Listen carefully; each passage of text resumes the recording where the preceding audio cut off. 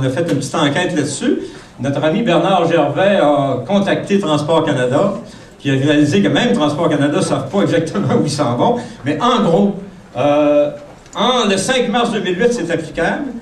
Mais le deuxième élément à savoir, c'est que ça ne vous touche pas tellement. D'abord, pour voler au Canada, il n'y en a pas de problème.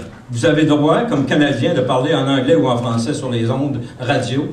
Maintenant, il y a des questions pratiques. Si vous allez au Yukon, comme on est allé l'été passé, c'est plus pratique de pouvoir parler anglais ou d'avoir quelqu'un près de vous qui peut le faire. C'est seulement une question pratique. Mais au point de vue règlement, il n'y a rien qui va changer là. Est-ce qu'aux États-Unis, ils vont vouloir exiger le niveau de compétence dans votre licence?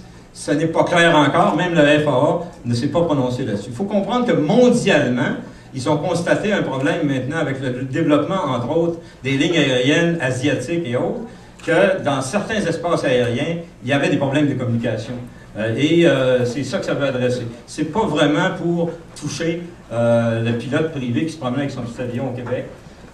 Maintenant, s'il y en a d'entre vous qui aimeraient s'assurer que votre compétence en anglais, par exemple, est déjà inscrite à votre carnet de licence, appelez Jean Desjardins, 514-633-3537. Ce document-là, en passant, va être sur notre site Internet. Jean Desjardins, c'est un monsieur de Transport Canada. Il dit, vous lui parlez quelques minutes en anglais, puis il va annoter votre dossier, de telle façon que votre carnet de licence, qui est censé être implanté à partir du printemps 2008, donc ça s'en vient assez vite, votre carnet de licence va inclure le fait que vous avez la compétence en anglais. En passant, les niveaux de compétences dont on avait entendu parler, 0, 1, 2, 3, 4, 5, 6, c'est déjà sorti de la map. Là, il y a deux niveaux, 0 ou 1. Si vous êtes capable de parler à M. Desjardins, je dis à M. Desjardins, how are you today? And how is your mother? Je pense que vous allez avoir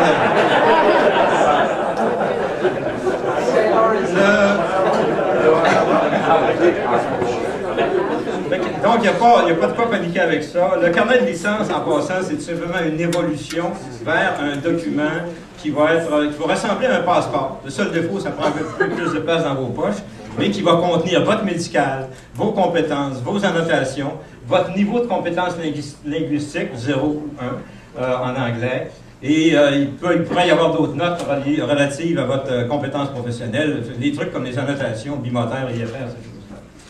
Ça, encore, ça va être implanté graduellement. Vous allez le recevoir en remplacement de votre licence actuelle. Ça a l'avantage, ça regroupe tout dans un seul pamphlet, mais c'est vraiment comme un passeport. Il y a plusieurs pages dedans, puis il y a une page sur votre médical et ainsi de suite.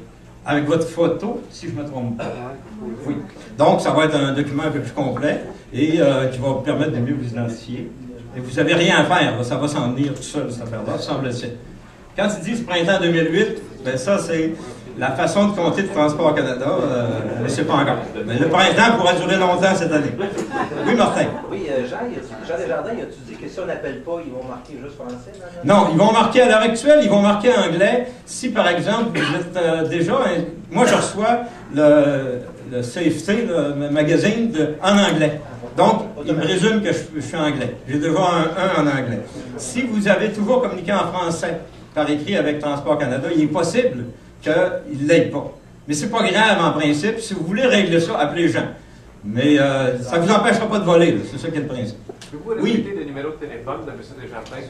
Le répéter, c'est le 514-633-3537.